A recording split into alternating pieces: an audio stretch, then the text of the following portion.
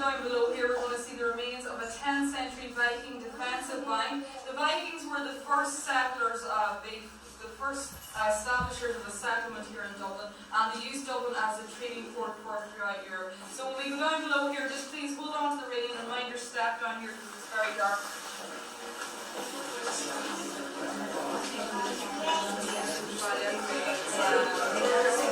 The round towers of this medieval castle.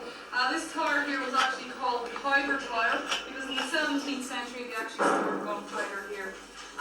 If you're standing up here at that railing, you're actually standing on the walls of this tower because from this railing to the further railing just behind is like 5.5 meters thick, and that's the actual thickness of the walls of the tower. So inside here, inside the round tower was relatively very small. If you look down below there, you'll see that the ground down there is very damp, and that's because a few meters below us flows a river called the Poddle, which we'll see in a few moments' time. This area down here may look to you like a load of stones or rubble, but it actually is the remains of a 10th century Viking defensive bank.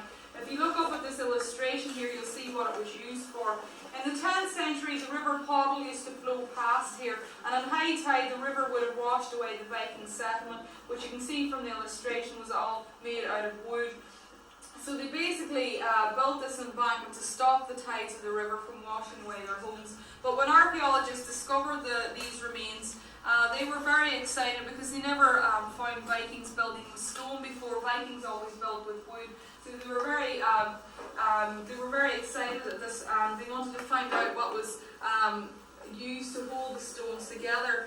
They found that there was actually traces of eggshell, a horse's hair, and ox's blood, which was used to hold the stones together, which is a very unusual concoction, but it has worked anyway because it's still remaining here today.